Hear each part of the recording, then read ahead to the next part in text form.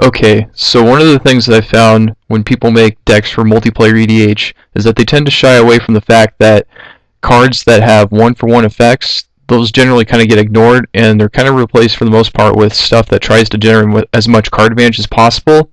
Usually, this is found like in a sweeper effect, like a Wrath of God, instead of something like a Swords of Plowshares or a Path to Exile, or something like an Inferno versus a Lightning Bolt or a Shock.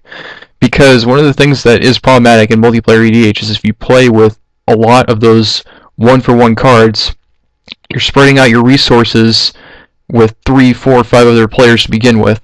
And if you're playing all these one-for-one spells, eventually you're going to run out of gas, and then you'll be exhausted of resources, and then when someone drops a real threat, you'll have no good way to answer it because you've already spent most of your cards.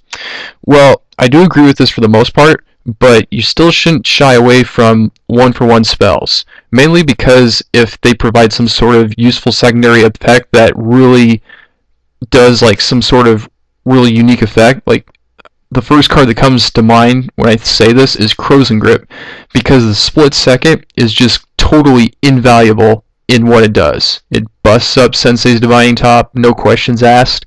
It decimates and disassembles a lot of combos without any interference whatsoever.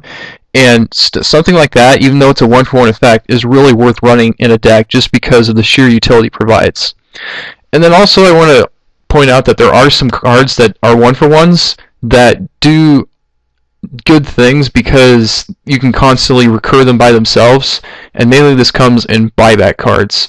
Some cards I'm thinking of are Shattering Pulse, which is a really grossly underplayed card. Punishing Fire can be pretty good, especially if there's someone that gains some life here and there, because repetitive shocks do add up over time. Hammer of Ogarden is classic self-recursion, and that's really good against X3s, especially against generals that are X3s as well. Slaughter is also really good for buying back, because even though you're having to cough up 4 life to cast it, you're killing a lot of creatures in the process. So it's a constant one-for-one every time you cast it, but the card advantage does really add up over time. And then even something simple like Chainer's Edict.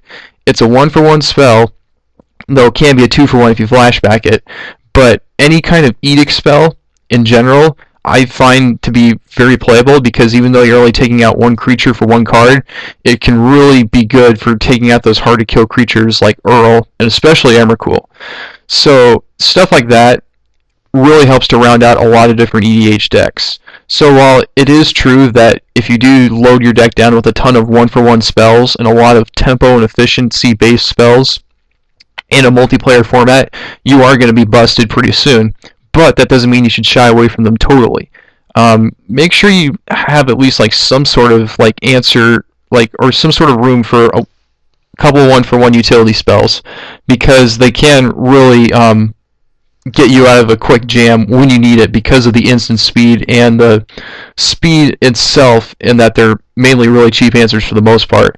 Because if you need to answer a creature right now, having to wait till your next main phase to drop that all is dust that you have probably won't cut it. Whereas if you drop that Swords to Plowshares or Path to Exile, you can answer that creature immediately, no questions asked.